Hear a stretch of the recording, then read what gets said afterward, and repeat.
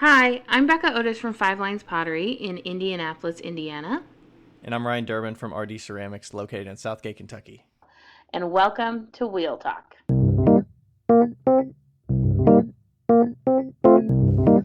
Hey guys, we've loved answering all of your questions so far. If you'd like to hear your question on the podcast, please send them to us on Instagram at Wheel Talk Podcast or by email to wheeltalkpodcast@gmail.com. Thanks. Sweet. All right. Hi. Hello. Hi. Late night for you.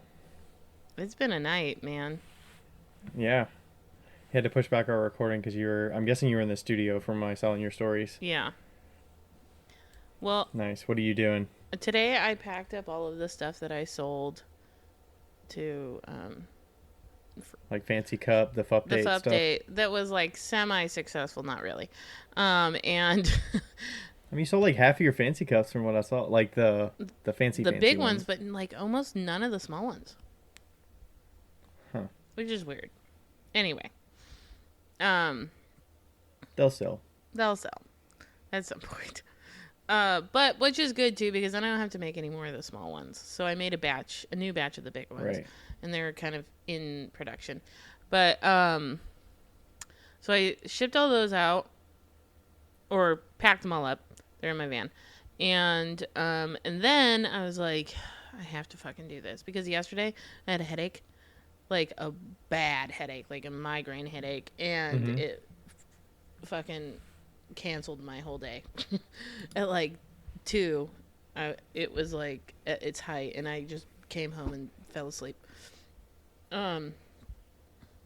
Anyway, then I was like, I gotta do this. I all I had left was I had 12 cereal bowls, 8 pasta bowls, 4 small pasta bowls, 4 snack bowls, 2 Becca bowls, and then 2 mixing sets. Are most of these for commissions or? Yeah, I mean, why are you throwing these forms? Because you don't have them at shows normally. right. I did a place setting. Like I opened up place settings like a couple months ago, and the deadline is me leaving. So because Right. thankfully, Did you set that the initial deadline? Like, hey, don't expect it until the end of the year. yeah, and thankfully most of the people that got them are on my route. So like, Okay. one's You said that was a couple months ago when you opened it. yeah. Okay. Yeah, so like one's in Washington, one's in California. I think another one's in Washington. Nice. Personal delivery. Yeah. A lot fucking cheaper and easier than packing up a 8-place setting. So I threw them all tonight, and I was like, I'm just gonna fucking do this. And I think at like 8:30 or 8:10, I think I texted you, and I was like, I need more time. So, yeah.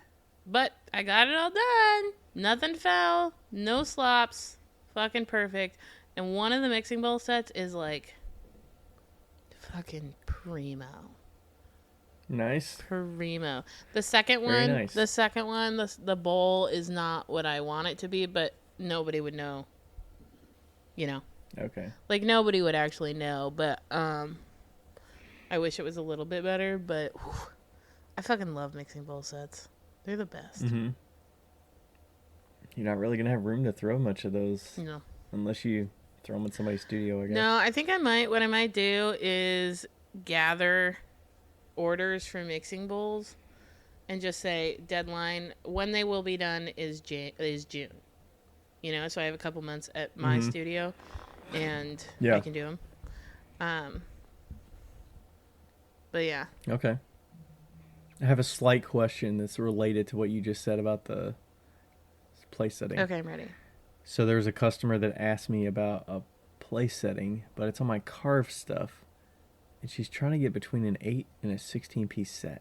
And I'm like, how much work do I want to put into replying to this person? Because I don't think they understand how much it's really going to cost. Do I put all the work in to estimate everything, and then they're asking about a discount? So I'm like... No discount. what do I No like? discount. How much work do I put into this first contact? Okay, this is what I Because did. This is what I did. I plus it's pieces I haven't made. Like the bowls are fine because I've made the bowls. I know I'm comfortable with the price of the bowls. The um plates is what I'm not sure about. And then she's like, what would the style look like in that design on a side plate and a dinner plate? right. So, okay, I'm So, sending you a picture right now and I'll explain it, but it's good to have the visual. So what I did is I just drew up a quick like sketch, straight up sketch of measurements of what things would look like and basic shapes. Literally, mhm. they don't even look that great. And put the prices and what they are and the measurements that, by the way, I was wrong about most of them. So, like the pasta bowl is 2 inches, the cereal bowl is like 3 inches, the small pasta bowl is 2 inches. Yeah. Uh, I think they're just looking for cereal bowl, side plate, dinner plate. okay, yeah, but you can just like draw up a quick little thing and say, this is the price. This is what the price will be. There are no discounts. Take it or leave it. Okay. And then you at least have, Do I explain why there's not a discount? yeah, you say because it's a fucking hard work. And you say discounts don't pay the bills. Well, I'm not going to be a bitch No, about I'm it, kidding. but You just say, hey, it's not any less. It's not easier for me. it's not any less work to discount it or to make this setting because you're expecting to get a set that looks very similar. Yeah, you would say, hey, actually, it's more And I work have for me to, to do this, not less. right, Depending because on I have to make the more size, than yeah. I need to send your way. Right. So you just say no discount and just send her this thing, and then she can add it up. What if I'm not confident about the price of the side plate, dinner plate, and she's expecting to see, like, the sgraffito? What would that look like on a dinner plate? Because you would probably want a clean surface, and I've never made anything with that style of so like, am I creating a new design on the rim of a plate that I've never made before? Yeah, I think that you'd And have how to do I do. price I that? think that you'd have to do a rimmed plate and then do the design on the rim. Right. I mean, there's not much thinking about that. And give a good estimate of what I think that would cost. Like, what would your normal plates cost? It's been so long. At least $42 for a side for like medium sized plate. Sweet Jesus. Probably. Okay. Yeah. I don't want to make them. Okay. That's why it's priced So that way. your So a side plate carved, I would think it would need to be at least. Okay, the bowl is 40. okay. The cereal bowls are 40. I feel comfortable in that price. The plate, 6 plates. I feel like they'd have to be at least So 55. 55 55 at for the least big for a ones. side plate. And do not fucking do more than 10 inches. Just 55 for the big ones? yeah, No, I was saying 55 for the side plate. the side plate, which is a 7-inch plate. Yes. Just say yes. Yeah, that's fine. And the 7 inch, and then maybe like a 9 inch dinner plate A or 9-inch something. dinner plate, yeah. This is a tip for everybody out there in the wild. Don't do 10-inch plates. Why not? They're too big. You cannot put them in a bucket. Don't do it. Oh, for the glazing portion. Yeah. Okay. Try to make them 9 inches if you can. Okay. They look better anyway. Like, nobody needs a fucking 10-inch plate. Anyway. But I wonder if I should price the plates a little uncomfortably Sure. higher because I don't really want to make it. 65 for the... So yeah, like 60 for the side plate and 75 for a dinner Ooh. plate. Damn. Fuck. I kind of want to scare her off a little bit. That's aggressive. But, Do it. like, hey, if you want this, they're like, hey, we just got married and she said they bought a old church and they're renovating it to be their house. Oh, that's cool. You could send her my way, So I'm too. like- I'll do it. I will. But she wants carved. Like, fuck that shit. I'm not going to carve them, but, like... Well, that's what she wanted. I don't know. That's what she said. I think that's what she thinks she wants until she sees the price of it because she thinks she's going to get a discount. But if it's like 6 bowls at $40, I mean, she's going to get 6 bowls $240. Like, the whole order is going to be like $750. She's not going to do It's that. probably going to There's be no about way. 1,000 actually. I did a play setting, and it was only side plates, plates, and bowls.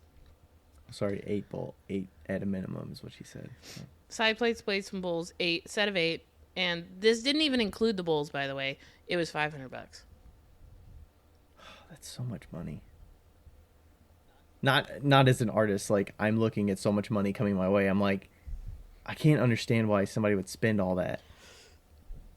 I think But that hey, maybe I'll give them the prices, and then they're like, you know what? I'll just get the 6 bowls. We'll start with 6 bowls or 8 bowls. I think that no, please, and also please, try to avoid that. Like, that's the hardest thing, especially if they say, like, let's just get 4 bowls at first. You say, here's the deal: the next time you get bowls, they're not going to be the same size.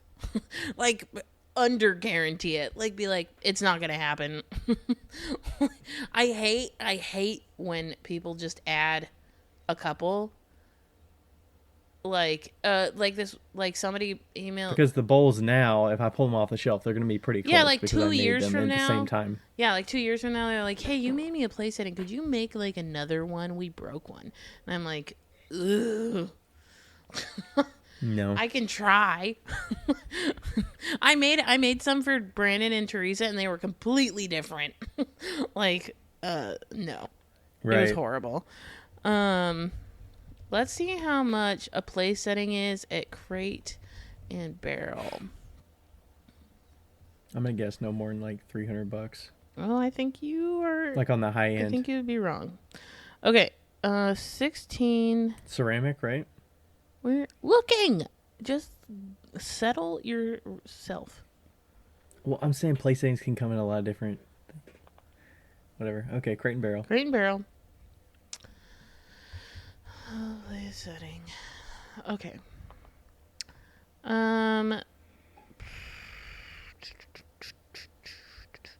Ooh, these ones are nice. Reactive glaze made in Portugal. It's probably recycled clay, too. Shut up.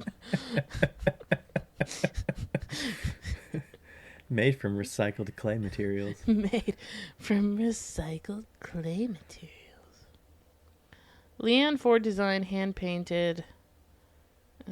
Give me a ballpark here. I'm trying to find one that's actually reasonably, like, expensive. What's the base price? They're like, these are all on sale. What are they on sale? They're on sale. Like, okay, here's the hand painted one. Range dinnerware. Hand painted. Okay, a 16-piece dinnerware set is on sale. That's 4 cups, 4 bowls, 4 small plates, 4 big plates for $179. Regular is $224. That's nothing. Well, not nothing in comparison to handmade cost. Let's see what other people are. Maybe I could find one on Etsy. Handmade place setting. And also, I hope some of you are not thinking that I'm just a greedy son of a bitch out here. Like, I'm trying to factor this into how much time is this going to take me? How much effort am I going to... And how much you don't want to do it. How much do I not want to do it? How much back and forth do I want to do with the people? And then what are their expectations? I can pull some of that from the first message that they put into how much detail they want. Mm-hmm. And then kind of go from there. So that's going to adjust how much of a reply I put. I'm not going to assume that they're not going to want to spend it, but I'm going to basically put it out there and say, this is the criteria, and here are my parameters that you can assess. But, you know, ultimately, I don't want to drop everything I'm doing for this commission. So,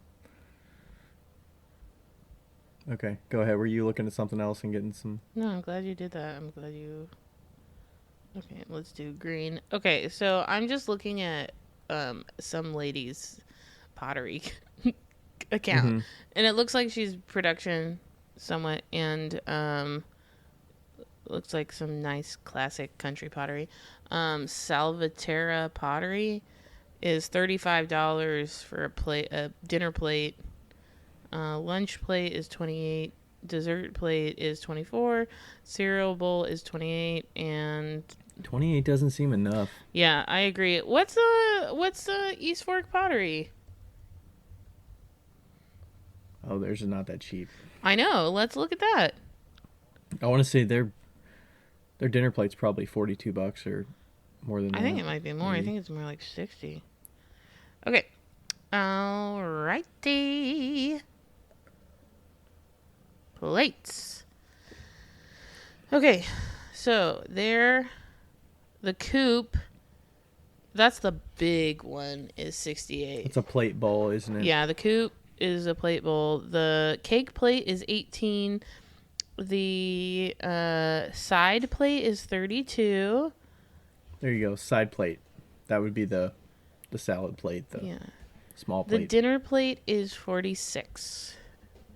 And 46. And the serving platter is $160. Wow. I imagine the serving platter is just like how.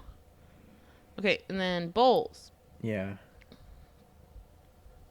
Bowls. Ice cream bowl is $26. That's like my snack bowl size. I have that. It is so small. It's so small.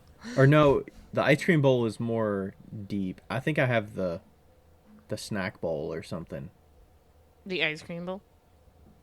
It's a really shallow bowl. A shallow bowl. The soup bowl is $38. The popcorn bowl is $80. Wow. The mixing bowl is $160. They didn't have anything between a soup bowl and a popcorn bowl. I am upset. They have the pasta bowl, don't they? I haven't found it yet. I don't Oh, know what you that's have called. the breakfast bowl, which is $26. Yeah, that thing is tiny. The everyday bowl is $40. That's the one we both have that we love. That's great, yeah. I would pay $40 for that every day of the week. It's the fucking That's worth most it for sure. perfect bowl on the planet. Yeah, it's I great. have two of them, and I'm like not putting pottery in my van, and I'm like, ugh, like why? Yeah. So I think that that's fair. I mean, yeah, obviously I got a price for the unknown too. I don't know what the plate issues I'm gonna have. I literally haven't thrown a plate in probably a year and a half. well, you know what? Just tell her no. Just say no. Like, what's wrong? Oh, Mars. I'll tell Mars. I'll tell her the prices and we'll see. Okay. We'll see what she says. She's over in Covington, so she's close by. I think that's why she wants to. And then also tell her, hey, I also have a friend who does sets. I was thinking about throwing her Diana's way because I know she makes plates and stuff and some carved stuff. I mean, I could always throw it her way if she In denies. California? Yeah, That's a long way to she ship. makes similar, but she makes similar stuff to what I do, That's true. and she shipped bigger stuff. So hey, if she wants it, and they're willing to pay for it, and the price is right for them, then you're supporting somebody else making it handmade. So, yeah. All right, that was a long tangent, not a quick question at all. So I have one more thing to say before we get to your life. I forgot about your show. How did your show in Cincinnati go? Oh, it wasn't bad. I mean, it was hard to see how much exactly I made at the show. I tracked it the first day. I think I made 700 the first day or 600. And let's keep in mind that this is like in the middle of a fucking park, of just people walking around. Like, it's not like a show. A lot of people walking their dogs. I think it was good weather. So. It was good weather. It was a little chilly the first day, and windy, but it was fine. And I did, I think, like 300 the second day. I don't know, but overall with the FUP date, I did 2,200. So okay, I'm not upset pretty good. about it. I would have loved more, but what are you gonna do? It was a pretty easy show from what I've done there So before. easy. With the hut, and you don't have to worry about a tent, and you could shut it overnight. Yeah, super easy. And then and I got a mattress in my van, and I got all my tables in my van. So Mm-hmm. I'm starting to like go through everything in this apartment.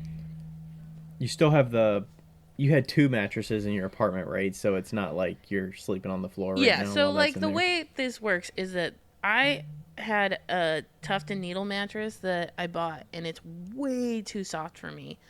And I like messaged them, and I was like, I fucking hate this mattress. And then they were like, that's fine. Here you go. Like, here's your money back. And they were like, you can either donate it or do whatever you want with it. So I was like, well, I guess I'll sleep on it until like I find a better mattress. Uh And huh. then I slept on your mattress at your house. And then I bought a 6-inch one. Um, and Yeah. it, You the spare bedroom, which is an 8-inch one, I think. yeah. And I got I think it's an I eight got a inch six thick one. inch Yeah. so that I could put it on top of my mattress, and then when people came over, I could just move it to the other bedroom, and which Right. was very convenient because then I can just put it in the van. And the cleaning lady at the apartment is taking that for her grandbaby. And so I don't even have to move it. I don't even have to move that big mattress. I can sleep on it until I leave, That's and great. they're just going to take it. So, yeah, good. That's great. Um, Yeah, you said your apartment's in shambles right now. You're trying it to get rid of is stuff and a full clean and shit show. yeah. Full shit show. I I don't want to be at home right now. That's like how much of a shit show it is.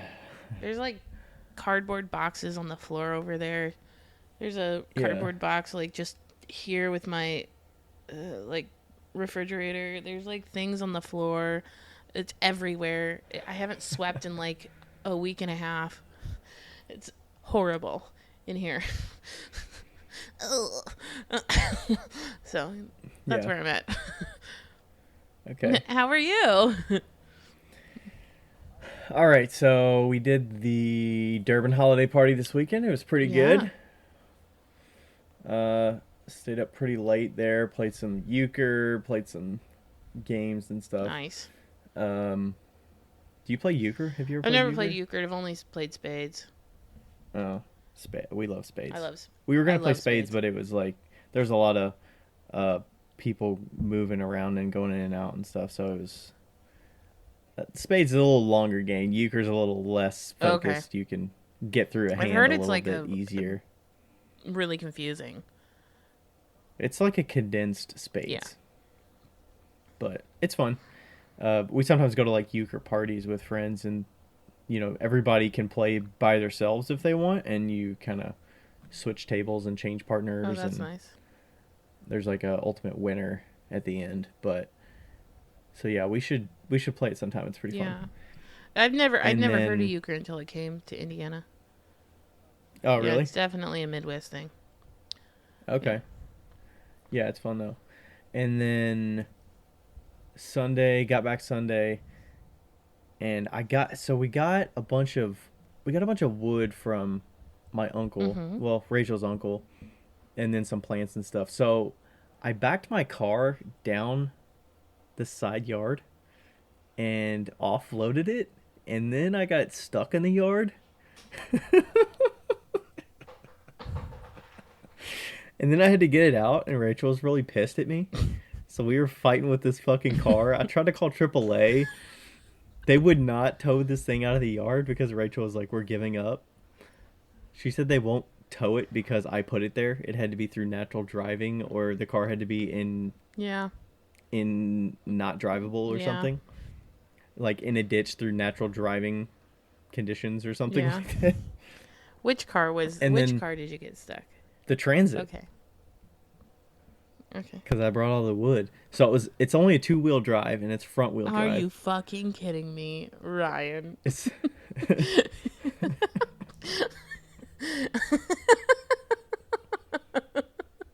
I heard enough of this from Rachel.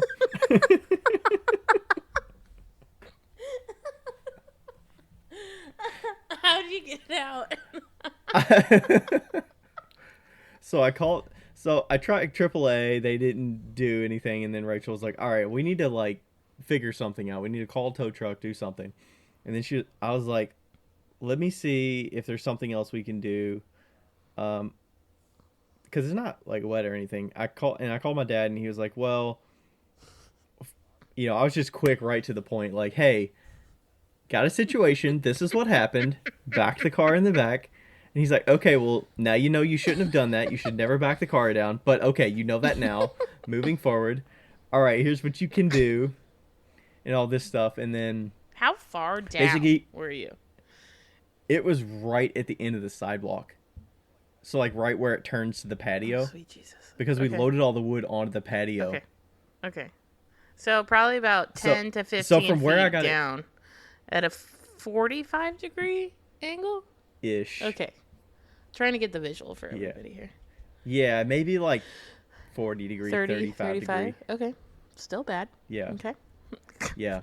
So ultimately I was getting it stuck and it was like sliding on the grass. It wasn't like digging a rut because it wasn't wet or anything, but I couldn't get up the hill. So I needed to get it another car length and a half to get it to flat land for all four tires to be on pretty semi-flat. So he was saying to get like cat litter and like boards and plywood and stuff and basically build a little Yeah, a ramp. kind of ramp, but like little boards to get traction for the wheels to keep going forward and do that. Yeah. So that's what we ended up doing. And it worked? It did work. Wow.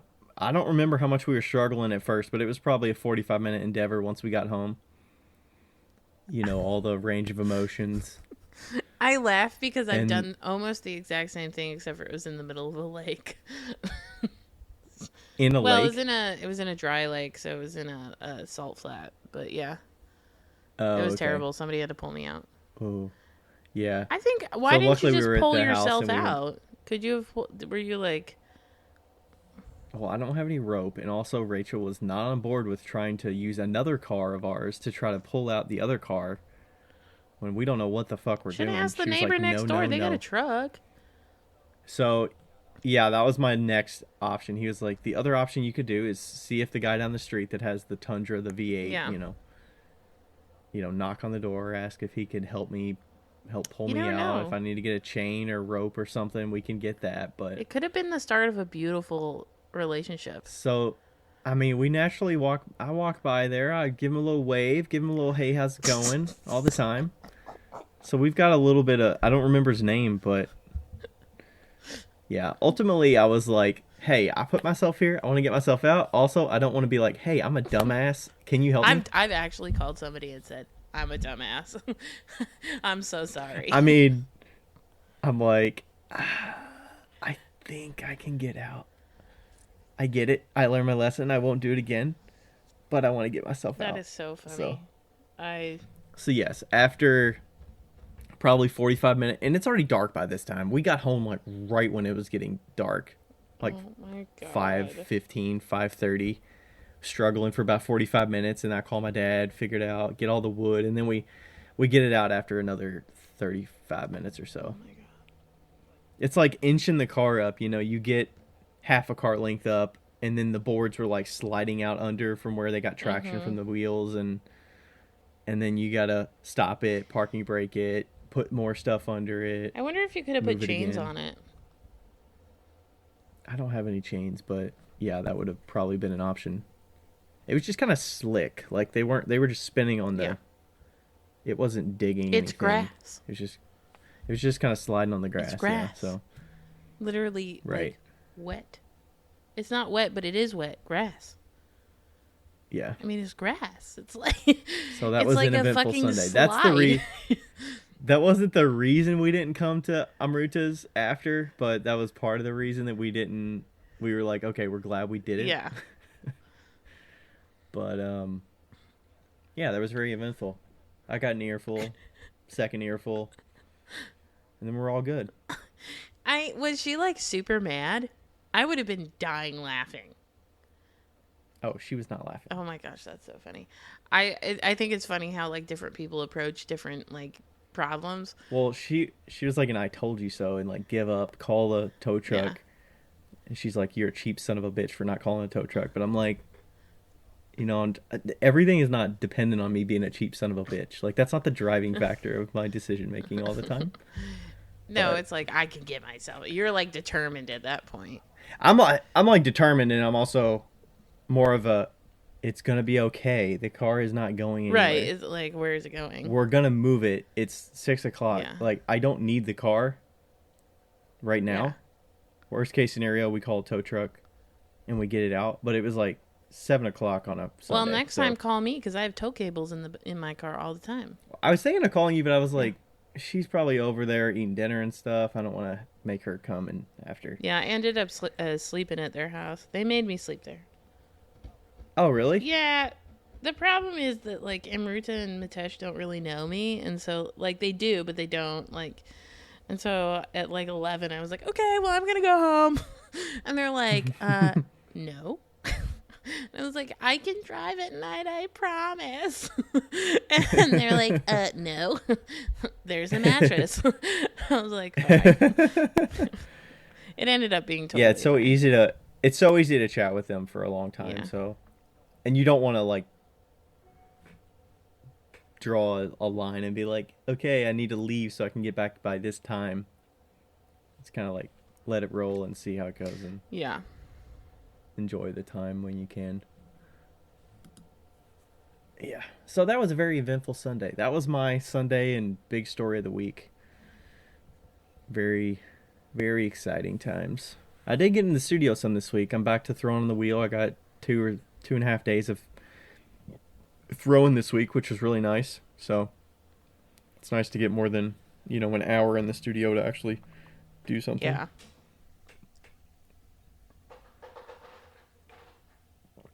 So that's it. That's everything. What an eventful week for us, really, truly. Yeah, and I was saving that for this discussion because I knew you would enjoy that. I did enjoy that. I'm not going to lie. I did. And the people out there will enjoy it as well. Yeah. Oh, gosh. Bad news. All right. What bad news? What? No, that was bad news. That was like bad news bears. Like, Oh, bad news bears. yeah. All right. Do we want to go to a listener question? I think we should. All right. First one is fun. From Thistlemore Pottery. Since you're both cat people, if you could raise a baby tiger for a pet, would you? Tigers are so cool. Tigers are so cool. I love that at the end. Tigers are so cool. As long as they don't rip your face off. Um, uh, I for You adding a tiger to that van? if I had a farm like you do, no, A farm? I have a farm? Thistlemore Pottery has a farm. Oh, Thistlemore. Okay. If I had like a farm, I would 100% raise a tiger. Like 100%. I think I actually prefer a cheetah though. They seem A cheetah? yeah, they seem snugglier. They What about when they grow up? so They will grow I up. know, but they can be snuggly then too. Then you have like a Yes. full body pillow cat. I don't know about that. I mean, you would.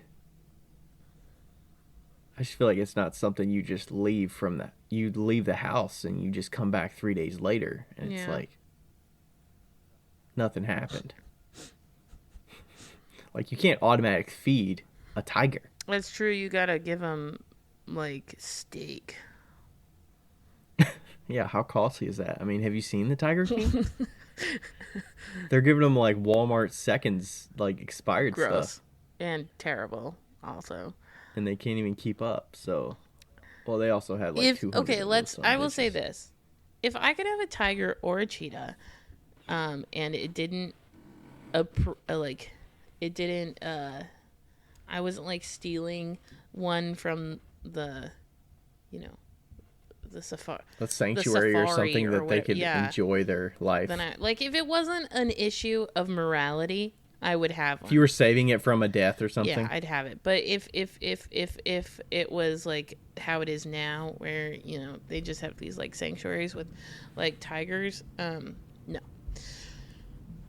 And also, the tiger would have to be tame, and I would like to sleep next to it because I want a big tiger pillow. Well, I would suspect it would be more tame because you're raising it from a baby. True. But I mean, I would say no. I definitely wouldn't do that. What about a leopard? That would be fun. No. No. How about a domestic cat? What about a bobcat? No. Okay, but what about a raccoon? Hell no. What about like a baby raccoon and you like raised it from little... No. They have hands. Tons of things have hands. No, but they have hands. Okay. Well, I think it's like, okay, you're in that cute stage where they're a baby, and then at some point they're going to get to like an age where... No, raccoons are cute not all as the cute. time. They're cute, but what about when they're an adult and they're, and then you're so attached to it that you can't give it away. You can't be like, I'm going to have it for the first year and then give it away. What about a duck? Maybe. Or like chickens? Chickens are okay, but ducks are cuter. But what do ducks contribute, though? Eggs. Do they all produce eggs? Duck eggs, yeah. Have you ever eaten a duck egg? Delicious. Really? So good. Did you just eat it scrambled or? It's what? like a little fattier than a regular egg. And we used to have ducks on the farm in Connecticut when I lived in Connecticut. And this was back in circa 2012. We used to have duck eggs. Oh, duck eggs are so good. They're like yellower and they're bigger. So I would eat a duck egg before a chicken egg any day of the week. Do you still follow Leanne from Alan Pottery? Glen Lee Farms? Yeah. She's got the little ducks over there and the little chickens and the pigs and everything. And the way she talks so to them cute. is the cutest thing in the world. Oh gosh, yes. It's so cute. She'll just bring the little... I'm thinking what she brings. She brings the chickens in, usually. She'll just bring them inside and like keep them on her desk with her and like let them sit on the little... So cute. So cute. Yeah. Yeah, I would say no. I'd probably not get any other outdoor. No. I don't know. I feel like if you got chickens, you'd have to get the coop and everything, make sure they're secure, because otherwise there could be like coyotes and stuff back there and like kill them, and foxes. Yeah. And... Oh, here's a question. Here's a last question. If you knew they would get along with the cats, would you get a dog?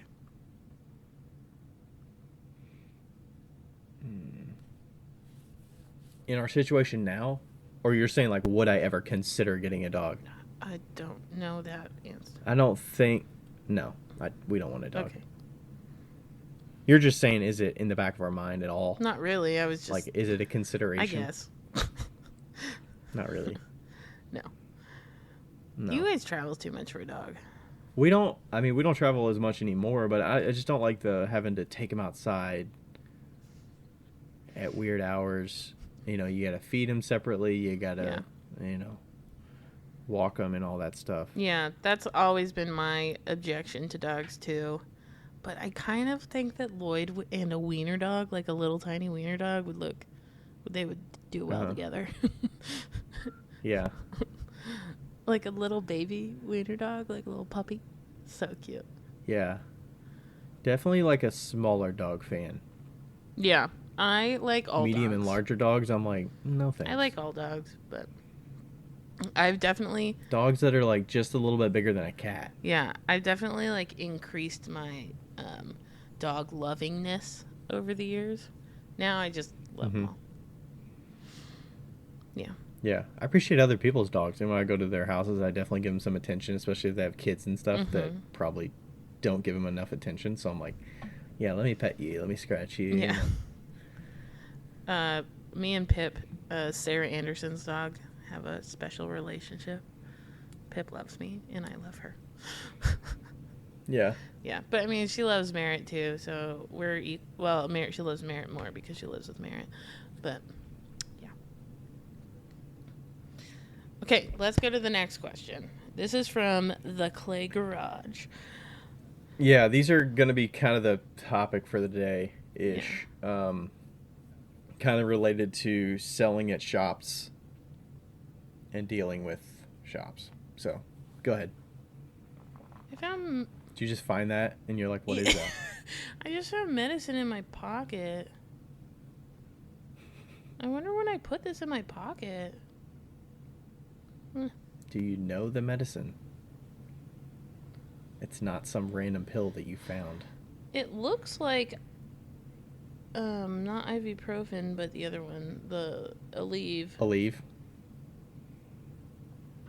Why don't you just toss it in the trash? That's a good idea.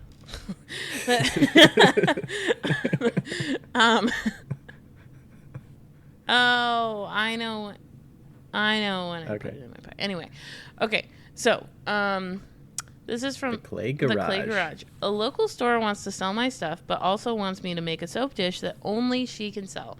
I've made a few of these, but I'm not sure if it's fair that I couldn't sell them anywhere else. Then again, I've only done 3 sales so far, so I don't know much. Thanks. What's your opinion? Alrighty.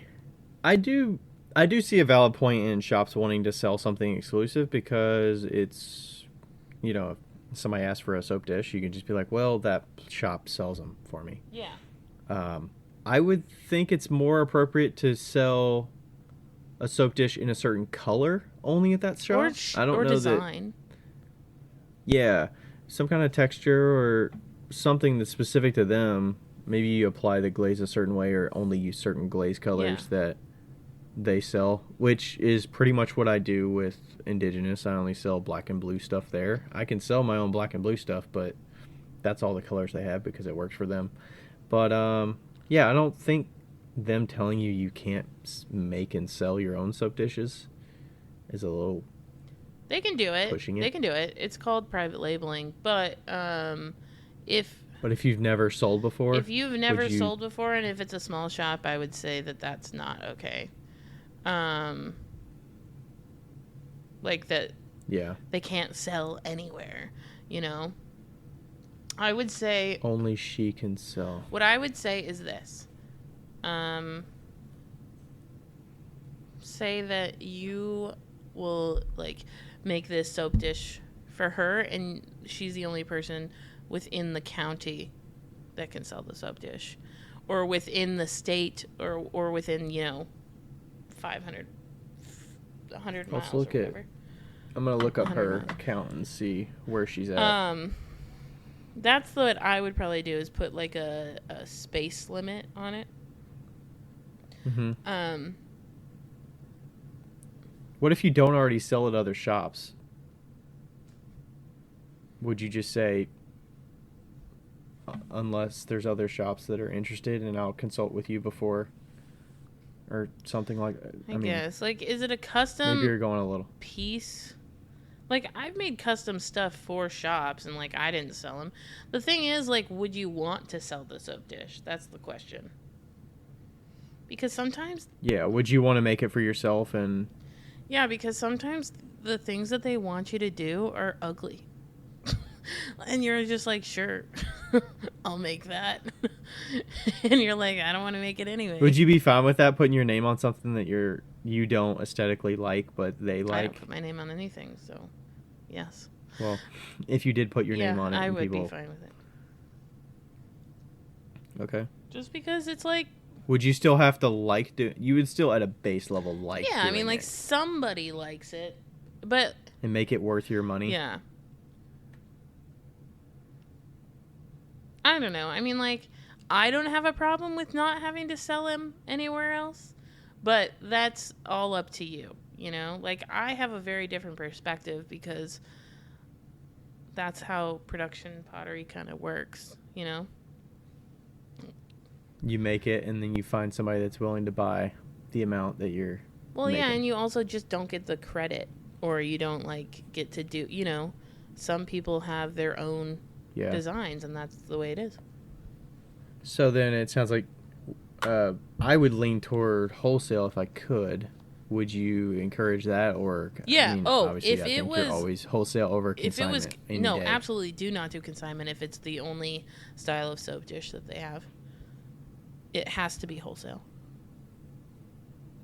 Especially if you get this thing returned to you because they say it didn't sell. Yeah. Then you're like, what the hell am I going to do with this? It has to be wholesale. Okay, so making a soap dish only they can sell. Made a few of them. Can't sell them anywhere else. Then again, I've only done 3 sales, so I don't know. Yeah. Yeah, so lean toward wholesale. Don't lean, do wholesale. Do wholesale. And then see if you can negotiate on what style or design or colors that is exclusive to them. And then mention that you're only going to sell with them those soap dishes within the zip code. That's pretty standard, I guess. Standard, zip code standard. I would say like maybe within 100 miles or whatever. Okay. Oh, I didn't see where she was. I just kind of looked at her account, but Cape May. Maybe she's in. It says Cape. Maybe she's in Cape Cod? Maybe. Westfield, New Jersey. Maybe she's in New Jersey area. I was thinking, is she limiting herself by doing 100 miles or something? But you can negotiate it. If you're still new to that kind of stuff, I wouldn't. Just don't let her take advantage of you. That's the biggest thing. Yeah, and if you've already sold them, I think that should give you confidence in the price too. And consider the wholesale price. You know, if typically wholesale is 50% of retail, so if you already sell these retail, would you be comfortable making 50% of that to just make them hand them over and be done with it? Yeah. Or, you know set your minimums up. You know, so you're getting a fair amount ordered. What I do sometimes is I'll make the soap dish the way they want it, and then I'll make another one that's better. And be like. So you're kind of using the work that you did for theirs as the first design, kind of, yeah. Mhm. Yeah. Yeah. I had this. Speaking of soap dish, there was this customer at a show. You know, you get those customers who are like, I have an idea for you. I have an idea for you. You should make a mug with a handle. You seen those mugs that have the hand warmer? There's no handle, but you put your fingers in? Your hand in. And it warms your hand? Yeah. Have you seen those? You should make those. And I was like, yeah, I've seen people make those. No. And she's like, oh, are they hard? I'm like, yeah, well, you have to make them. It's a body. You got to, like, press it in. You got to cut a slab of clay. You got to attach it. You got to make sure there's no cracks. And then I can't hang them on a hanger. Okay, that wasn't what she said, but it was... That actually did happen the same day, but she wasn't... That wasn't that the happens same, like, to me I have an every idea for you. show. Once a show. So she said something about the soap dish... Making a soap dish that had holes in it, and then it drained, but there's a catcher to catch the water, and it's elevated so it doesn't get all sticky on the counter. And I'm like, okay, yeah, I've seen people make those. I'm not gonna. I've never made them myself. Lloyd! God damn it, that bitch. Sorry. What'd he do? He didn't, like, pee on something, did he? No. I got this wool cat box, like cat cave. It's like a wool cat cave. And I was hoping that Babs would, like, find interest in it. And I was going to get 2 of them. And Lloyd obviously took interest in it immediately. And then he was sitting up in his little cat tree, saw that Babs was, like, sniffing the cat cave, and came down and, like, hissed her off. And then crawled in. He's now inside of it. He's like, this is mine, motherfucker. Like, he's like, I wasn't interested, but now that you're interested, I'm all over it. Such a fucking asshole. Okay, sorry. Jeez, Lloyd. Yeah, so that was my story. She basically was saying you should make a soap dish that has holes in it that also catches the water that gets drained. Yeah. So, Um, gotta love those. I have an unpopular opinion that I'm about to share, and I don't care. Uh, and also, the clay garage, I hope this doesn't apply to you. But if it does, also, there's a lot of people that are fine with this. I don't understand round soap dishes. Just period? Or round butter dishes either. There is round soap, though. There's some round soap. There's some But round the soap.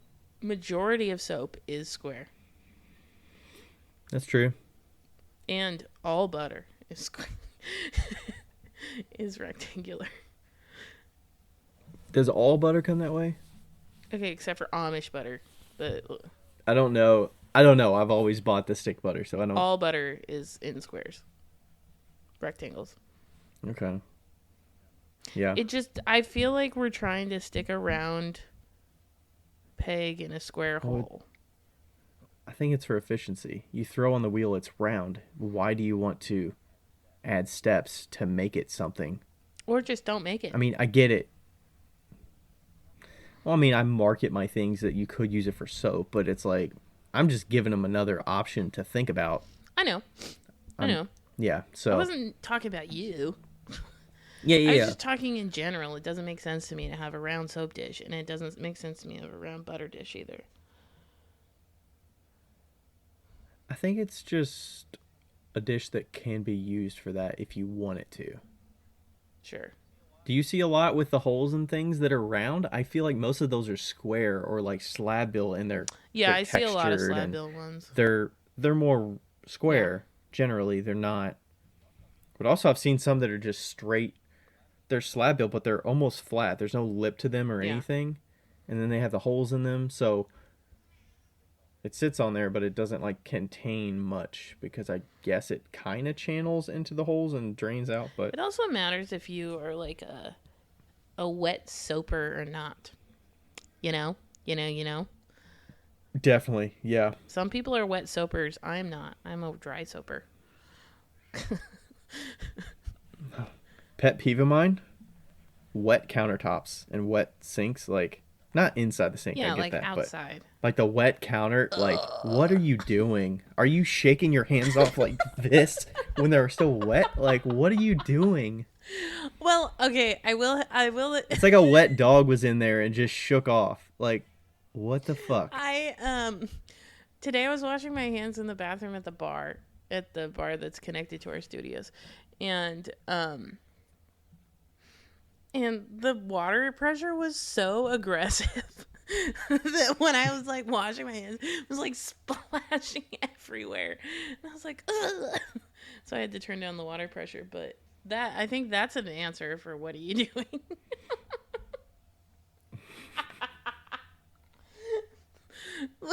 I'm just thinking about how Tacoma Clay Art Center has a sign in their bathroom that says, clean up the fucking water.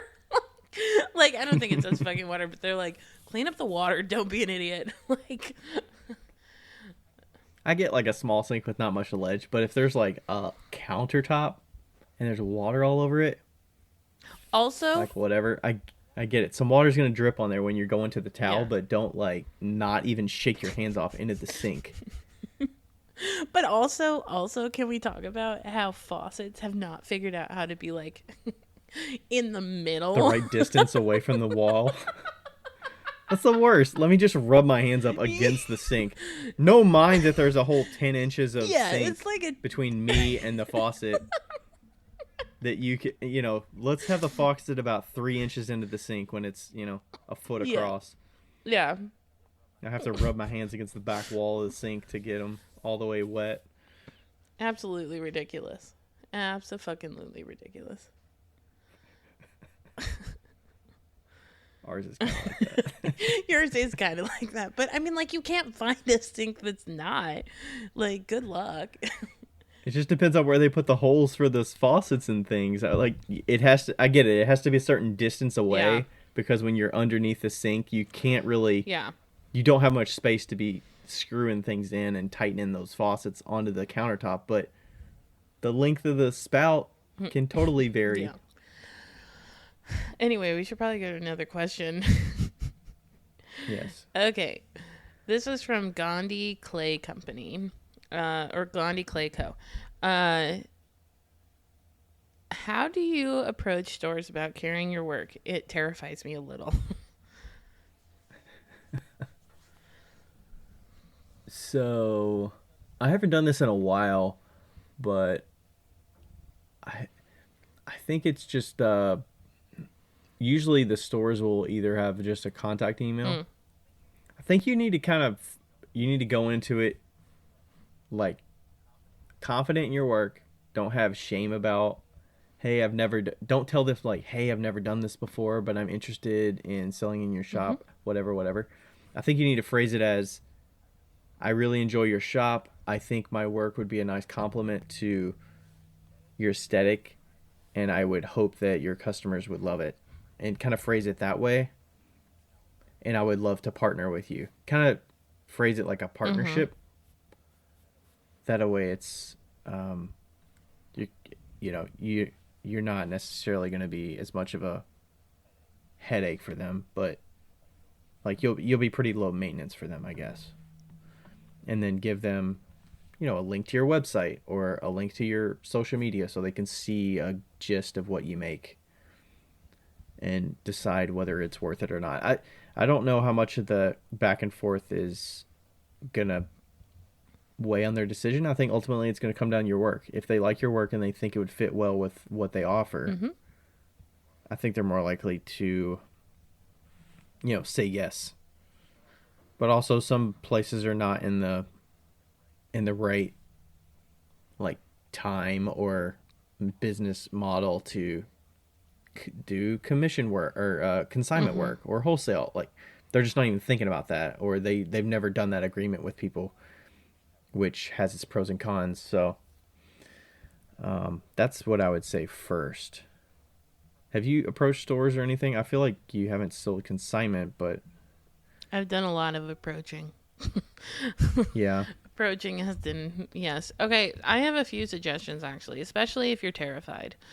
Um, so yes, agreed. Like sometimes I'll walk into a shop and be like, "Wow, my stuff would look really great in here," and then You say that to the no, person I at the say that to counter, or you myself, just say it to and then I'm yourself? like, Yeah. "Wow," and then I walk up to the counter and I say, "Hi, I was wondering if you guys wholesale."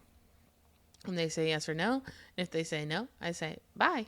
And then if they say yes, I say, well, I do pottery for a living and I think my stuff would look really amazing in here. And if you guys are looking for a new um, wholesaler Wholesaler or or new some new pots, whatever, I would love to sell here. Like you have to be excited. I think that being excited is really good. Also, I've gotten a shop by a pamphlet before. That was awesome. John, my mm-hmm. old roommate, dropped one off in Sacramento, and then they called me and they were like, "Hey, this looks great. Do you want to sell here?" And I was like, Mm-hmm. "Fuck yeah, I do."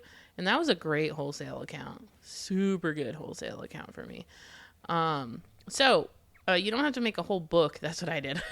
You don't have to make a whole book, but you know, if you got like a Vistaprint sale and like did a note card, and then just on the back you did your prices, um, you know, or even if you like Mod Pod, not Mod Pod, but like, um, Did a vignette of different pots you make or or like something? like say, hey, these are my mugs, prices are this to this, and like had a picture of that, and then like little pictures all over, so it had all of Mm-hmm. them on there, and then just say like, these are the price ranges for this. This is the price for this. This is the price for this, and just like nice, clean, very easy to understand. Not anything artsy or anything, just clean. And then on the back have your information, your email, and your terms maybe not your terms, but say where you're from and stuff like that, and maybe a little blurb about you. I think that would be a really great thing for people, because a lot of people come in and they just like, hey, I love to carry my stuff. Here's my Instagram or whatever. If you have a little card, it just sits on their desk like staring at them. you know? Right. Um, That's true. That's the putting the extra yeah, effort. and also if you want to put the extra effort in, just always have a few pots in your car, like just some small ones. And if you like that store, run out to your car really quick, run back, and hand them the pot with the card. And just give it to him. Just give it to him. Say like, "Hey, I'd really love to sell here. Here's a pot, little example, and then here's a card with all my pricing on it." Nice. Be really straightforward. You don't want to be like beat around the bush or anything like that. That's basically kind of like your what's that? The sales sheet or whatever. Whew, that was a hefty yawn. The line sheet. That's what it is. Kind of like a line sheet of sorts. Yeah. It's all right if you don't have a line sheet, because I just made a line sheet. Oh, in the yeah, last it's year, totally okay. Because there's a client that was like, hey, we wholesale for a living and we have a bunch of wholesale accounts. We need a line sheet because we just can't handle it otherwise. We need to be able to just make a definitive decision on the sheet. Yeah. So yeah, and that's fine not to have a line sheet, especially for that. But it's kind of like a quote unquote mini line sheet, as you will. Just to have the pictures and to associate those pictures with prices. And just be very straightforward. Like that's what they want. They don't want to guess, They don't want a card with things and it has like no prices on there. They want a card with prices, Yeah. I found it kind of hard when I was giving some of that information to the shop that was interested in wholesaling, because I've never just taken the time to write it out, but also just take photos of everything that's kind of in this range. What's the medium mug look like? It's a 10 to 12 ounce mug, and it's this price wholesale. Let's say $17 wholesale because they're 34 retail. Here's a photo that is 4 different mugs that are kind of in that, because it's like, okay, here's 2 mugs or something to give us one, whatever. And then the colors are kind of hard because I got so many colors. So that's where it gets hard. I've never sat down and just done that because I don't really have the time to do that. But if you're approaching things early, well, I don't want to spend the time doing that. It's the better I think it's also really important to potentially, I wouldn't say it's important, but it is helpful to minimize your colors while you're wholesaling. So like, instead of Ryan having 16 different colors, he gives a sheet and it's got 4 different colors. White being one of them. White needs to be a color. And then whatever you have left. That's easy, fun, and what people like. Popular. Yeah. Yeah. Yeah, I think the solution for the colors that I came up with was I do the listings for my shot glasses on Etsy. So I have a set of, here's my white clay with the colors that's fair. that I offer. And then here's my speckled clay with the color offering. So people can look at the shot glasses and be like, I like that color, that color, that color. I think I have 6 colors or 7. Yeah. I mean, it does make it tough because I'm kind of I want to give them options because I want them to be able to pick the things they like, as well as thinking of what their customers might like, so that it's not so I have white, green, blue, and yellow, and that's all I have to pick from. So like, I want to give them options because I like options, and I know my customers like options. Not everybody likes the same thing. So but also it can't be so crazy. Right, it can't that be too many. They can't options. order. Yeah.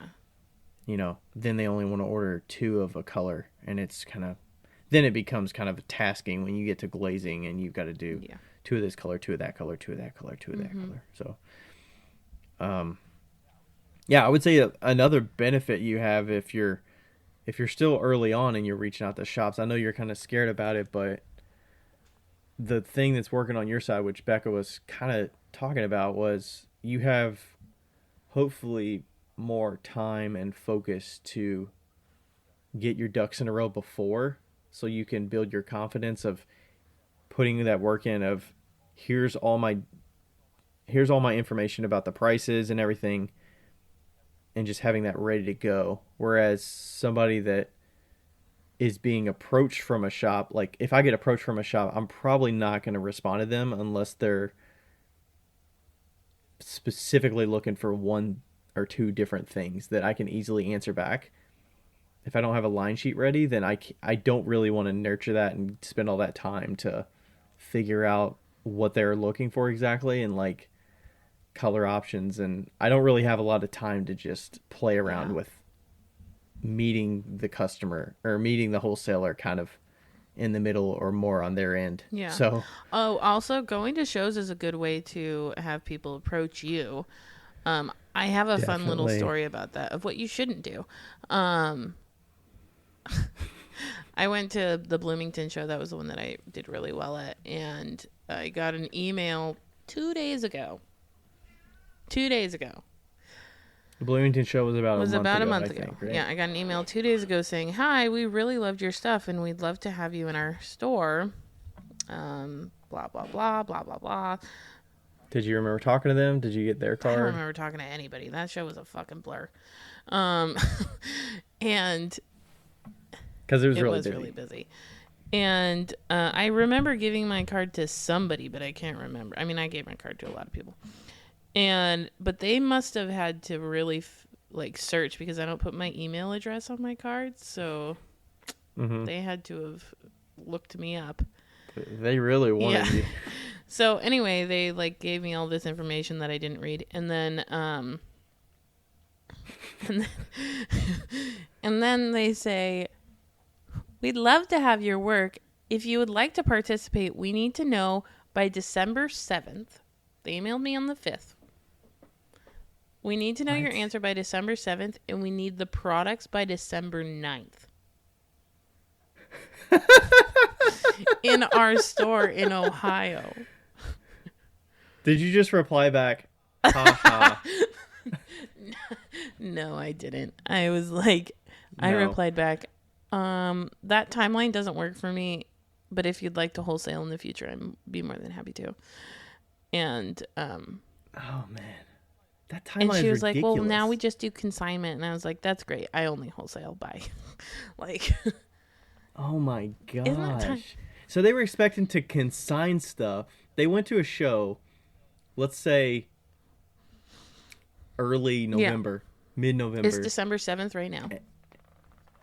Yes. Early November, they go to shows. They're scouting out. They find people they like, and then they reach out to them and say, "Hey, we're trying to sell stuff for the holiday season. Can you deliver us stuff that we're going to sell on consignment?" In 2 days. Like, Carol, I don't even have enough stuff for my shows. Like, it's Christmas. You mean next Christmas, right? Are you talking about Christmas and July sale? Is that what you're prepping Yeah, for? I was like, are you kidding me? See, that's the kind of account that you're like, they're either brand new to interacting I with think they're artists brand new. or handmade stuff that they don't really understand that. So maybe you can't fault them for it, but It is also still funny, though. it's it's very it's funny. still funny. Because you're just internally like, and then I would just process that in my head as like, okay, do they know how this process works? Probably not. I don't know if they do like a lot of like artist stuff. Well, the pottery process, but also just the whole artist interactions and delivery and timelines and like what sounds realistic. If I asked this lady, this random person, like, "Hey, could you deliver this thing in 2 days?" That we've never had contact before today. Yeah, That's it's crazy. a lot. Much less read your email. I'm surprised you even read your email within 2 days of, within that deadline. I'm just saying, like, I wouldn't read the email. If it was something like that, I would be like, shit, I'll read that in 3 I or 4 read days. my emails every single day. Do you reply back to Yeah. them? To emails like that, you reply back the same day?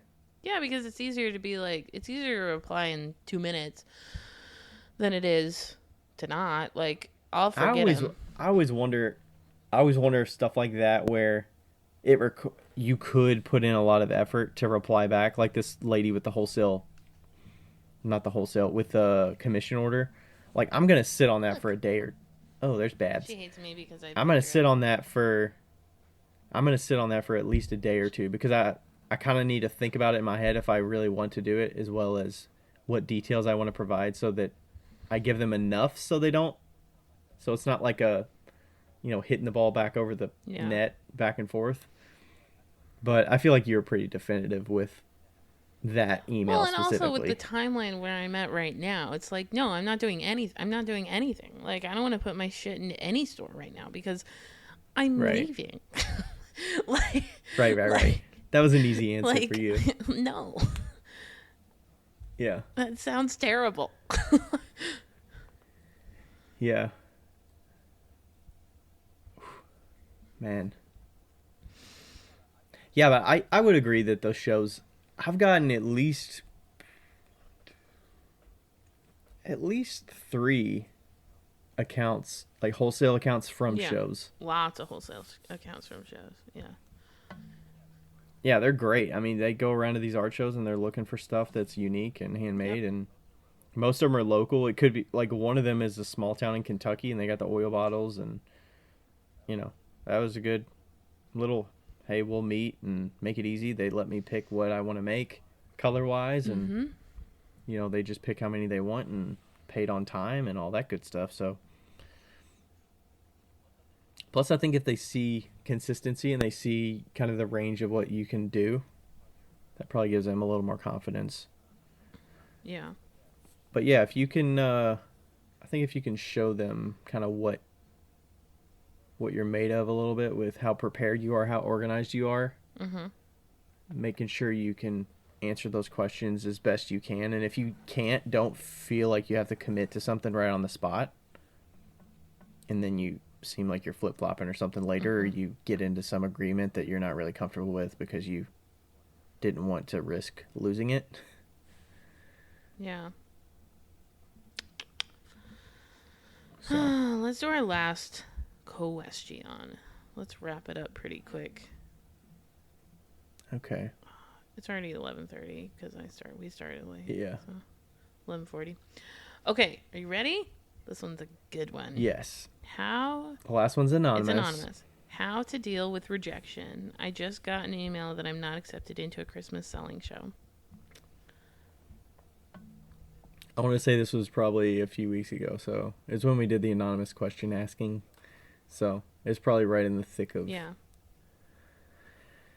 show acceptance season. Okay, so this I kind of put this related to the other one because you're inevitably going to go to stores and get rejected as well. So if you're reaching out to shops, you're either going to get crickets or not. Um, I'm just kind of the mindset that hey, there's plenty of other businesses to get into partnerships with. There's plenty of other shows to do. If you are expecting to do something in a certain time and it doesn't come to fruition or you don't get into that show, you just take it off the calendar. You free up that time and you spend it doing something good for your business or for your making so that you can uh hopefully make up for that, whether it's putting stuff online that you would have sold at the show otherwise, or um making more work, or if you have some other clients that you want to get them some stuff before the end of the year, say hey, I thought I was in a show, I've got some stuff, do you need any last minute things in your shop before the holidays? That might be an option. I'm kind of like a problem solving solutioning, like what else can I do with that time that I lost or that I was planning on doing something. So I'm more of a get it quick out of my mind, like on to the next thing. That's kind of how I approach the rejection of shows and things like that personally. I approach the rejection of shows by assuming I will be rejected. immediately. So low expectations, pleasantly surprised Yes, kind of I thing. love that. I love that view. I'm like, I'm not gonna fucking get in. Like recently, I applied for a show in Seattle. It's a design show, and I am telling you, like, I know what kind of pictures Ryan submits to these shows. My pictures were shit. Like they were total garbage. Um, Not in the sense that you took the photo with a potato, no, but no, no. I mean, like it was the quality was the fine. attention to the backgrounds The and things quality like was that. fine, but I'm pretty sure The that one of them setting. had a can of Coke in the background.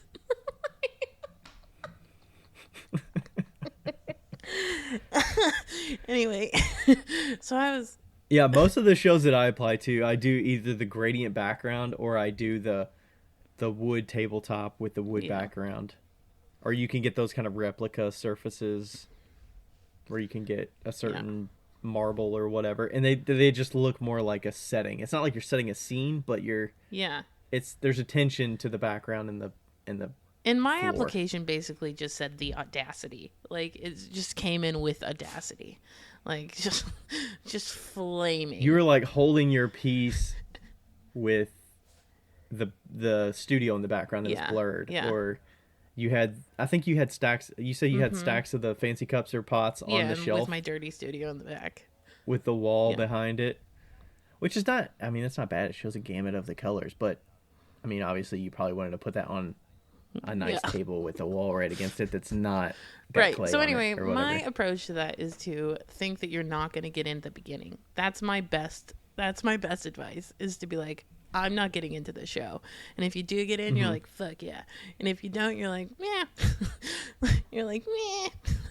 But also, you have to remember that, especially with pottery, you are not alone. Like, pottery is There's second probably only to yeah. jewelry in the in the popularity contest. I feel like, Mm-hmm. um Depends on where you're at. I'm guessing yeah, where you're at and what's being sold, definitely, but but there's got to be more potters than, most. So, um I don't think you should take it personally. I think that, I mean, you can't take it personally because they don't know you. But right. and look at your things and look at and compare it. Maybe look at your pots and say, what could I have done better, and do it better. Yeah. Book a consultation. I'm kidding. Um.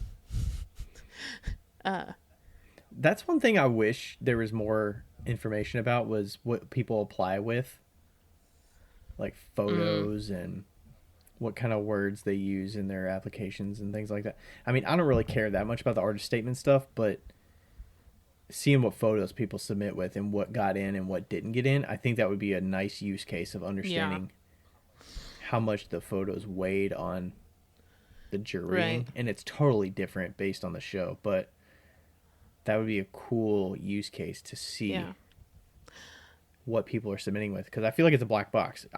Don't know what anybody else is submitting photo Yeah. wise. I do feel like with my photos, like I I feel like I'm in this weird space where like my pots are really good. Like I Oh know my yeah, your yeah, fancy like I cups. know.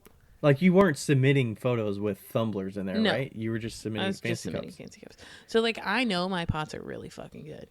And for me to submit like shitty pictures is like, yeah, but look at these The fucking pots make pots. up for Like, it.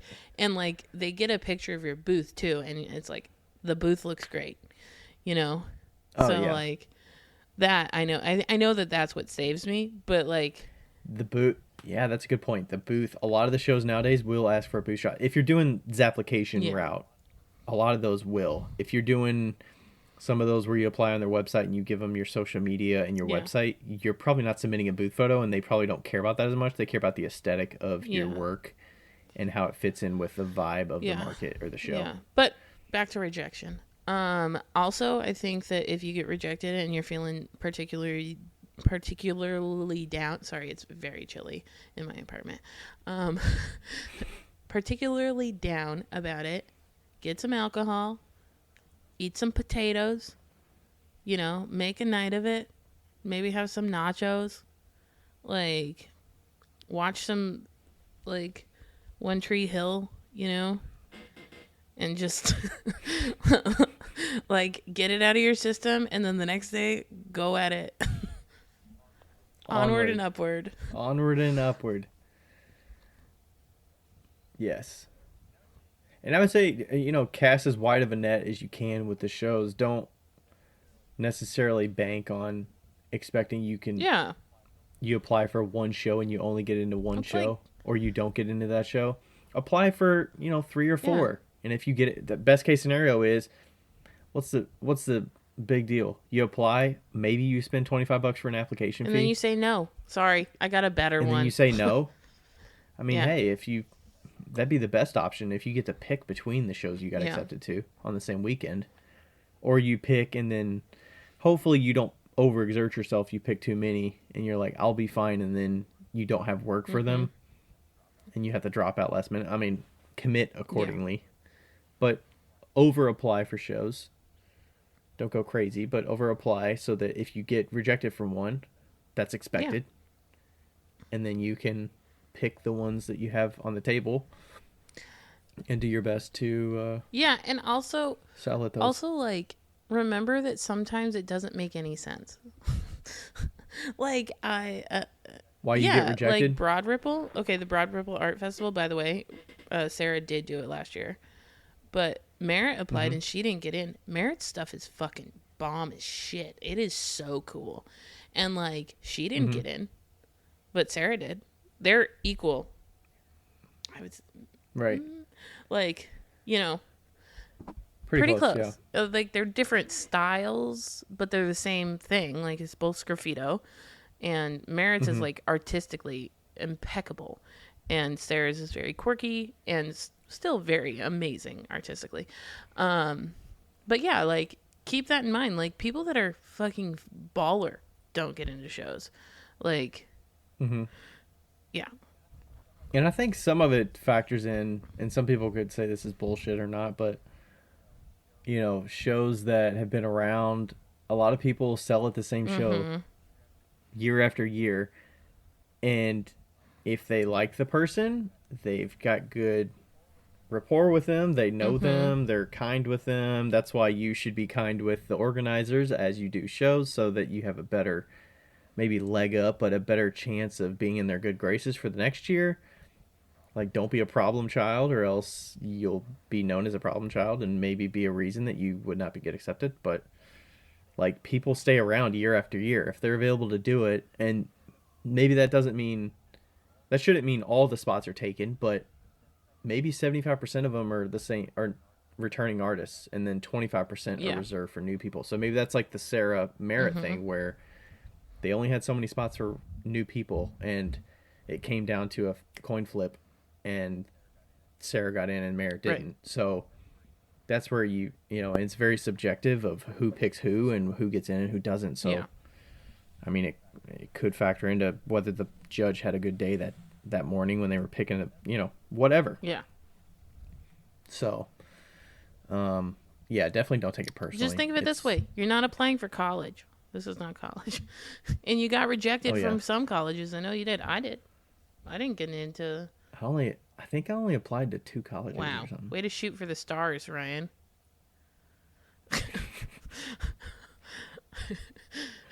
I did not do much options. I think I applied to WKU and NKU, and that's it. I think I only applied to 3. No, I maybe applied to more than that.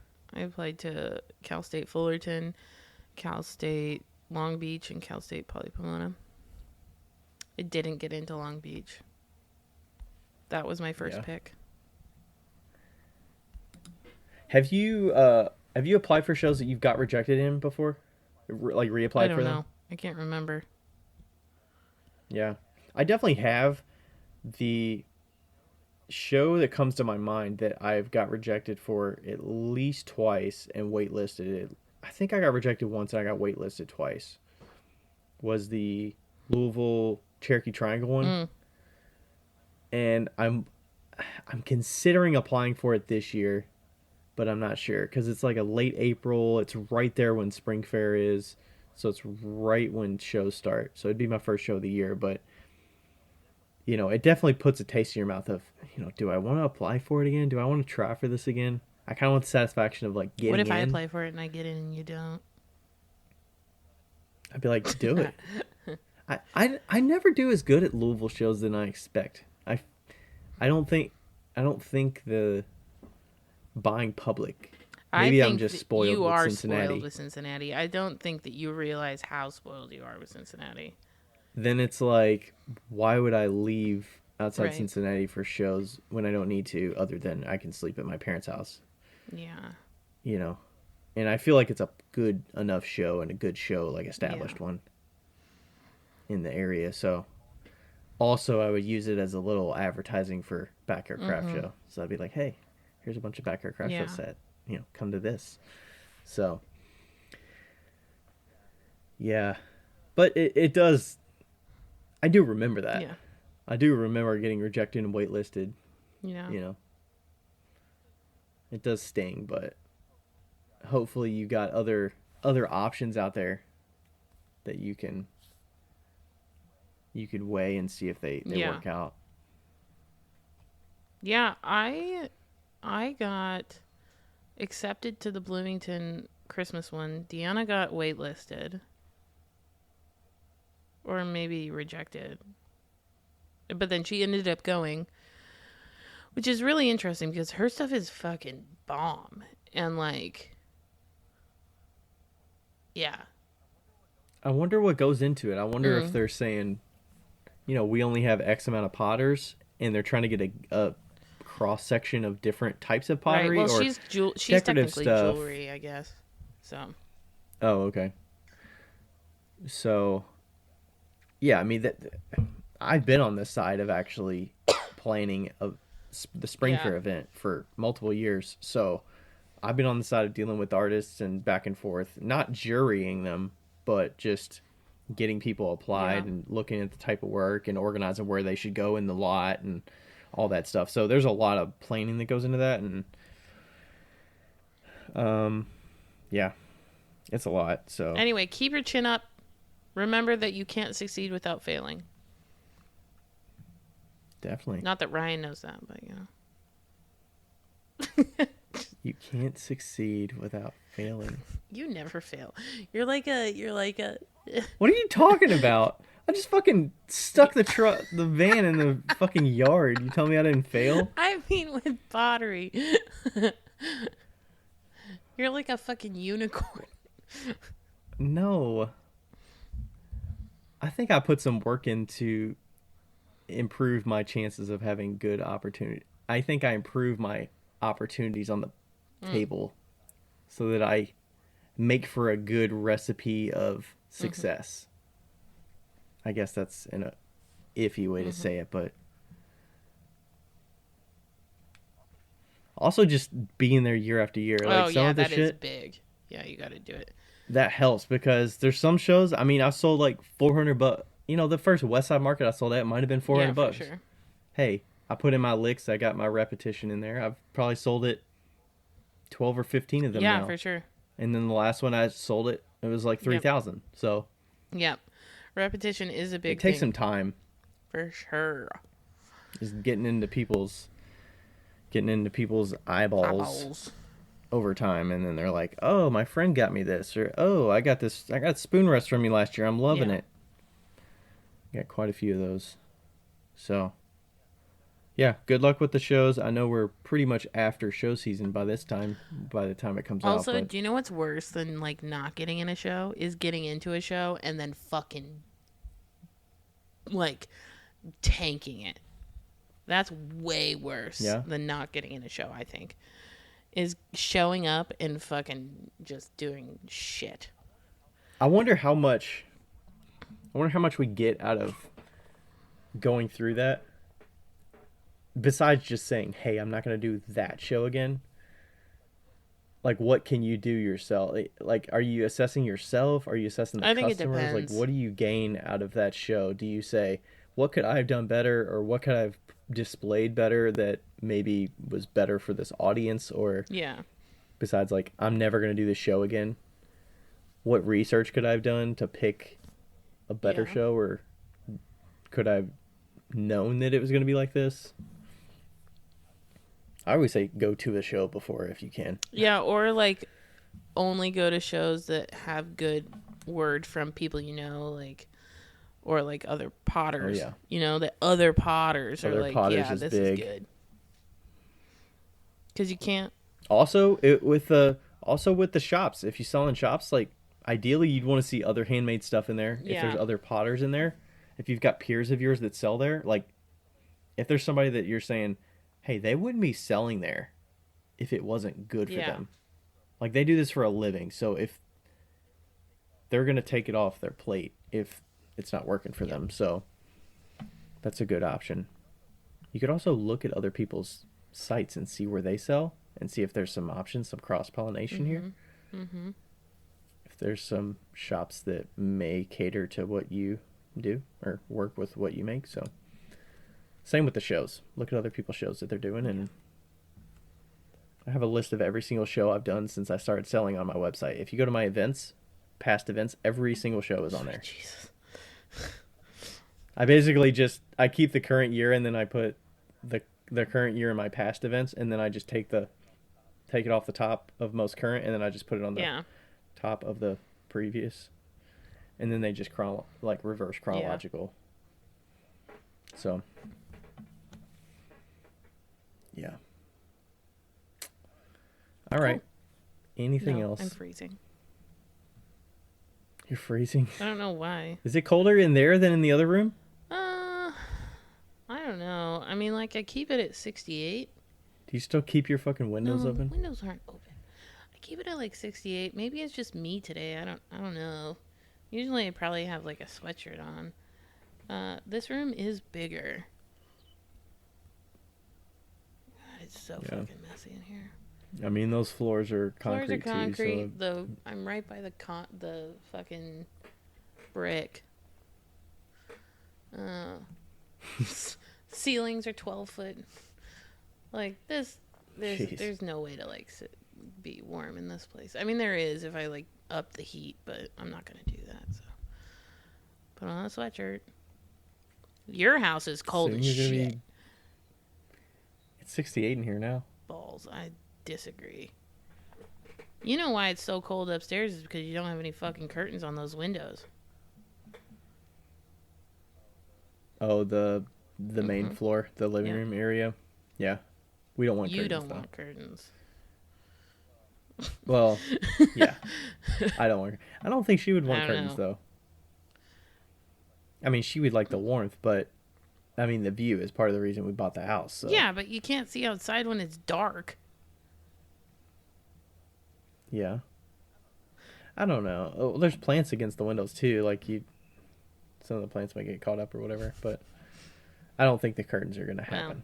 It's your energy bill, not mine. Um, Yes, it is. um, Pretty soon you're gonna be casting from a van. uh-huh. And I'm gonna So- get, maybe I'll switch to, We'll see how warm you are in there. yeah, right. Maybe I'll switch to visible this week and see how it goes, and we'll do it next week. I was thinking of turning the internet off here pretty soon. I'd Yeah, like to, Giving it a go I'd from like there. to do it on visible here once to see how it goes. Just so we have a few under our belt so that we can test it out. Yeah, not a bad idea. Yeah. So, I think I'm gonna go make a quesadilla. I know I sounds just had yummy. mac and cheese, but What are you gonna put on that Cheese. quesadilla? Just yeah, cheese. because I don't really have anything else. Oh, okay. I just made some extra Ooh, bacon yeah. last night with we had a Firehouse mac and cheese from Oh yeah, Every Plate. Rachel It said was it was good. fucking bomb. Had the panko on top and had some hot sauce. Hell yeah. Pretty good. Pretty Hell yeah. good. Yeah, so we had the bacon. I was thinking, oh, bacon quesadilla. Yeah, That'd be good. bacon in a I quesadilla. don't think we really keep the quesadillas and stuff I over do here. have some But, or the pepperoni. I could put tortillas. some pepperoni in it. Ooh, make a little pizza quesadilla. Oh, I wish I had pizza nice. sauce though. Oh, yum. My favorite thing in the whole world, this is like the this is like the grossest thing, I think, but like now that I'm older, I'm like, why, Becca? Like when I was growing up, I used to do pizza sauce and cheddar cheese, and that was like it on a tortilla. And what? Oh, on a And that tortilla. was like a pizza quesadilla. But like with And cheddar then you cheese, would it was bake not it, good. or But I think it's delicious. But like, you know, I mean, it's all it's right. all right. It's not. It's Don't, not the worst. I mean, you get the little Lunchable does have cheddar cheese yeah, in like there. a little. Just a little. Yeah, it's not the major cheese. You always Yeah. have some There was mozzarella in no there. mozzarella in our lives when I was growing up. Were you a two cheese Lunchable pizza, or were you a cheese Two and cheese. pepperoni? Two cheese. 100% Two cheese, two cheese. really? And I'll tell you why. Because What? it comes with more cheese. You sound like Rachel. Yeah. I always I'm love the still a pepperonis. two I like. cheese. I don't even fucking care. I'm still a two cheese pizza. If I am gonna get Lunchables at the grocery store, it's gonna be a pizza Lunchable, and it's gonna be two cheese. Do you get it with the Capri No, Sun, or do you get it just the usually package? just the package. If there's the Capri, it depends on if there's an Airhead in there or not. And I'm not a huge Airhead fan, so Ooh, like if there's a different type of candy, they used to have cookies. Do they have candy we in have there now? candy. Yeah. So, but also, would you ever heat up the Okay. pizza? I've never done that. Do Yeah, people people do do that? that. Well, I mean, you're at a school. You're eating at a table. You don't really have a. Excuse me. Can you microwave this We for had a me, please? microwave, but yeah, In grade school, yeah, kids were just going over the microwave in yeah. grade school. I mean, Oh, okay. also I high didn't think we school. did. Like you didn't have Lunchables in high school. I fucking did. No, I got lunch there. Like, I did bring my lunch pretty much every day, all the way from kindergarten to eighth grade, I think. Not eighth grade, probably seventh grade. I went to a really small school, so we brought our lunch pretty much all the time. My grade school and everything was very small, but eighth grade was bigger, and then high school was really Yeah. big. So, wow, two cheese Lunchable. Okay, I love those things. Those are so good. What are they running these days? $2. They used to be like $1. Okay, Yeah, $2. without the Capri Sun. They're like 3.5 with. $2. Okay, might need to get one of those someday. That's what I'm gonna live on in the van. Just fucking two cheese pizza Lunchables. Oh man, I'm kidding. I mean you can't. I mean you can't be cooking at Totino's. I mean there's no I place to haven't cook had that. a Totino's pizza in such a long time, and The amount we talk about them, I mean you would I think. love Totino's, and I just haven't had one because they don't sell them at Aldi, and I don't grocery shop anywhere else. So Oh, sad. Next time I come over, we're having Totino's. Totino's pepperoni. Can't beat Square it. pepperoni. They changed it though. There's something different about the Oh, does it Totino's. taste different? Mhm. Is it still square? Yeah, but it's a little different. The bread's a little different. They changed it. Fuck. Just like you remember when the Sun Chips had the noisiest bag Ever. imaginable. Also, Yeah, I wonder how long that lasted because it was also the in worst. 2009, I think it was 2009, Wendy's changed their pickles. It was the worst day of my life. Like, yeah. Really? I remember, because, that's my favorite part of a hamburger is the pickles. And then they changed the pickles and they were different. And I, stopped getting pickles on my hamburgers. That's how much I was mad about it. Did they change Yeah. it back? They changed it back to, good pickles. Maybe it was pickle shortage Maybe. at that time, and maybe it was just that store that you went to. I don't think they're advertising, hey, all new pickles on our burgers. Maybe it was in California. Yeah, I don't know. That's weird. I remember when they were advertising up the fries and stuff, which pretty good fries right Yeah, now. but their old Wendy's fries has used good. to be better. Really? I think so. I think these are pretty good. If it ain't broke, don't fix it, man. You know what? They got the pretzel. Pretzel pub Yeah, the thing. pretzel bacon pub. It came back. Yes.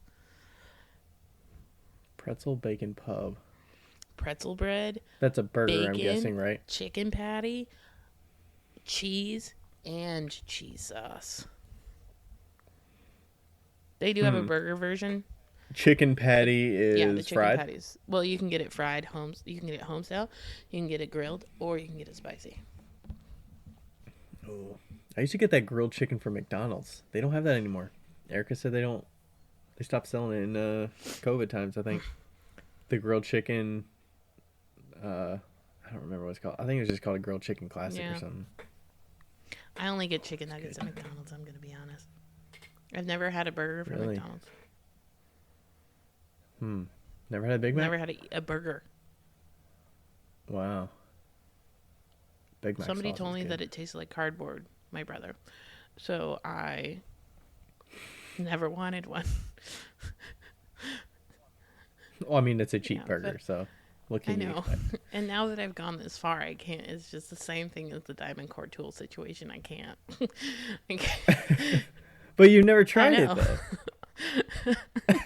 But I've gone this far. I've gone 32 years. That's like my brother still never had a peanut butter jelly sandwich, I don't think. That's like sacrilege. Now he just does it for the principle of it. Just like it's the same thing. It's like actually maybe he has had it in the last few years, but up to a point he had never had it.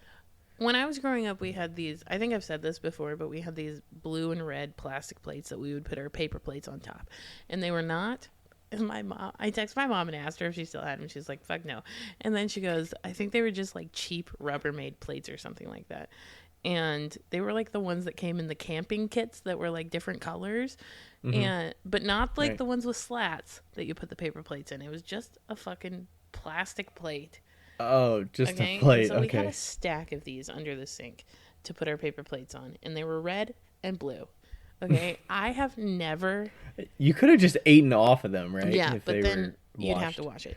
I have never eaten off of a red one.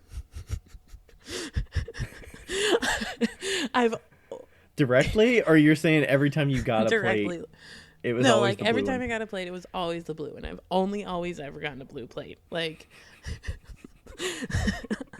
I was like, after like probably the fifth time, I was like, okay, well, I guess blue's it. Well, yeah, they're never clean unless you're eating with a whole group of people and everybody's got their plate and there's one left and it's not. I think I'd probably have a fucking meltdown. I'm not gonna lie. Well, I mean, you're just having it for the rigidity, so the color doesn't, it's not like you're. It doesn't matter to you. Or something. It matters to me. We even had that same place setting set as a camping set that we'd take to like the Boy Scouts, like potlucks, and they had like yellow, green, blue, red, and I would always. You took your own plate to a potluck? Yeah. Okay. I don't know why. Bring your own plate? I think that we just brought the plastic plates so that we could put the paper plates on top of the plastic plate. You travel with them. We want some rigidity to our plates. We're not dealing with flimsy plates. It's not like we're fucking using Dixie plates. Like, we're talking paper plates from Costco in the 500 pack. Like, yeah, where it absorbs into it and it gets soggy and it's probably not going to hold its form. Yeah. Like, these were paper plates that God forbid you go back for seconds. Yeah, these are paper plates that my mom would write my dad's grocery list on. Oh my gosh. And she's like, they weren't waxy plates. They were straight paper, no wax. No wax. Yeah, and he would always go to the grocery store with the whole paper plate, and she's like, well, at least he'll never lose it. Well, yeah, you can't like put that in your pocket and just lose it. jeez. All right, there's our Yeah. tales of the day. Thanks. All right, thanks everybody Yeah, for thanks. listening. We will catch you next time. Bye. Hope you enjoyed. Bye. Yo, yo, yiggity yo. It's Becca here. Hey, just so you know, thank you for listening. And also, we have. What do we have again? A Patreon. We have a Patreon that you should go, and if you want to donate to, you could donate to it. If you don't, that's cool too. But just Google Wheel Talk Podcast Patreon. Don't do the other one, because there is a Wheel Talk on Patreon, but it's not us. So make sure you get the right one. It's in the show notes. And also, leave us a review because they're fun to read. Okay, bye.